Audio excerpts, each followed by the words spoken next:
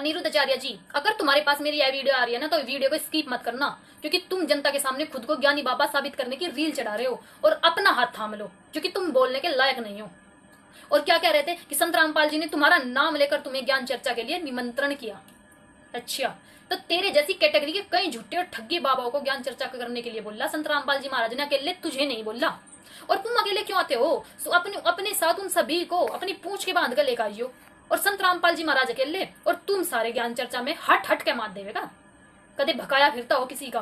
वो तो ज्ञान चर्चा में तुम्हारा भी नाम इसीलिए शामिल कर दिया कि तुमने अपने मंच पर चुटकले छोड़ छोड़ कर आधी जनता को भ्रमित कर रखा। कपिल शर्मा का शो बना के रखा तुमने, गोबर खान तक की, और अपने भक्तों को उस गोबर में से अनाज निकाल के खुआन तक की बुद्धि।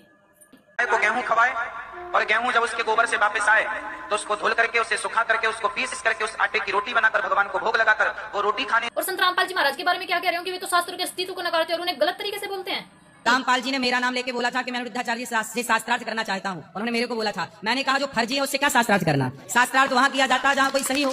जब आप पूरे फर्जी हैं, जब वेदों पुराणों के अस्तित्व को नकारेंगे, गलत तरीके से बोलेंगे, तो आपसे क्या शास्त्रार्थ करें। शास्त्रार्थ वहाँ किया जाता है जहाँ शास्त्रों का सामने वाले को कुछ ज्ञान हो। शास्त्रों के अस्तित्व को कौन नकारता है, कौन गलत तरीके से बोलता है, वो तो इस वीडियो तक पता चल जाएगा तेरी। लोग कहते हैं भागवत जी में राधा का नाम नहीं है, राधा का नाम नहीं है, ये लोग गलत कहते हैं। अच्छा, जो भी कहता है गलत कहते हैं। लिखा हुआ मैं आपको श्लोक दिखा रहा हूँ।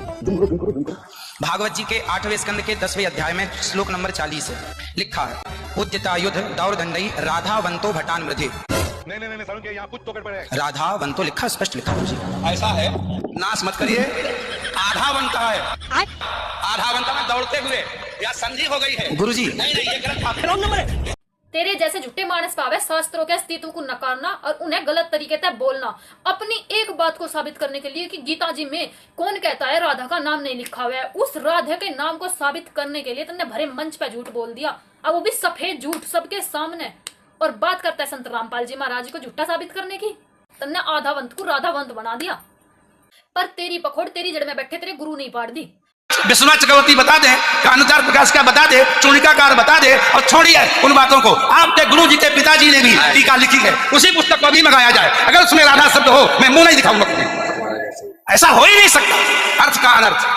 अनिरुद्धाचार्य की जगह ये बात और कोई बोलता तो मैं कतई नहीं बोलता, लेकिन अनिरुद्धाचार्य जी इस समय टीवी पर छाए हुए हैं, लाखों लोग इनको सुन रहे हैं, तो ये तो यही समझेंगे ना कि अनिरुद्धाचार्य बोल रहे हैं। सुन लिया, तुम कितने बड़े घपलेबाज हो। गीता में लिख रहा आधा, तुम बता रहे हो राधा। और तेरी पखोड़ तो तेरे गुरुजी नहीं पाड़ दी। संत रामपाल जी महाराज जी को तो जरूरत ही नहीं पड़ी। संत रामपाल जी महाराज शेर है और वह अकेला मैदान में खड़ा है। जिसके बस की हिम्मत हो तो अपने बिल में लिकड़ के ज्ञान चर्चा कर लियो। और मर्दान की भीतर बढ़ के चूड़ी पहनने में नहीं होती, मर्दान की तो सामना करने में होती है। बाकी तुम समझदार हो। ओ समझदार तो तुम हो ही नहीं। धन्यवाद।